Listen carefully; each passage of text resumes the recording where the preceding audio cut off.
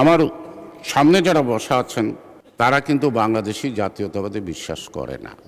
সুতরাং জাতীয়তাবাদী চেতনাতেই আমার দেশাত্মবোধ, আর দেশাত্মবোধ থেকে আমার দেশপ্রেমের সৃষ্টি হয়। সেই কারণেই শহীদ জিয়াউর রহমানকে স্মরণ করা নয়, শহীদ জিয়া সবসময় আমাদের কর্মের মধ্যে স্মরণ। আমি রাষ্ট্রপতিকে ধন্যবাদ জানাতে চাই এই কারণে, জন্ম হোক যথাযথ, কর্ম হোক ভালো। রাষ্ট্রপতির জন্ম নিয়ে কথা থাকতে পারে, এখানে তিনি আসছেন সংসদের রীতিনীতি অনুযায়ী সংসদ আহ্বান করছেন। প্রথম তিনি বক্তব্যের মধ্য দিয়ে তার বক্তব্যের মধ্যে বাস্তবতার প্রতিফলন ঘটছে এবং তিনি অতীতকে আঁকড়ে বর্তমানকে অস্বীকার করেন নাই।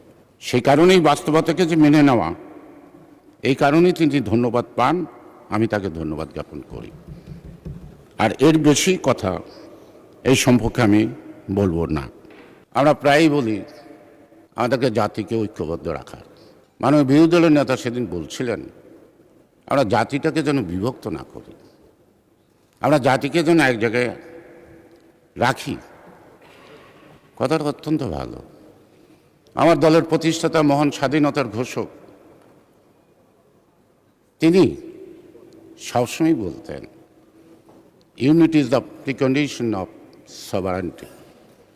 একটি জাতি যদি দ্বিধাভক্ত হয় তাহলে আগ্রাসী শক্তি সেই জাতিকে শোষণ করার প্রয়াস নেয়। সে কারণে জাতিকে ঐক্যবদ্ধ করার ডাকই দিয়েছিলেন। আর ওই ঐক্যবদ্ধর মূল ভিত্তি ছিল জাতীয়তাবাদ। তিনি শুধু দেশের স্বাধীনতার যুদ্ধ করে দেশ স্বাধীন করেন নাই, তিনি কিন্তু একটি জাতীয় গঠন করছেন, যেটাকে আমরা বলি বাংলাদেশ। আমার সামনে যারা বসা আছেন তারা কিন্তু বাংলাদেশি জাতীয়তাবাদে বিশ্বাস করে না।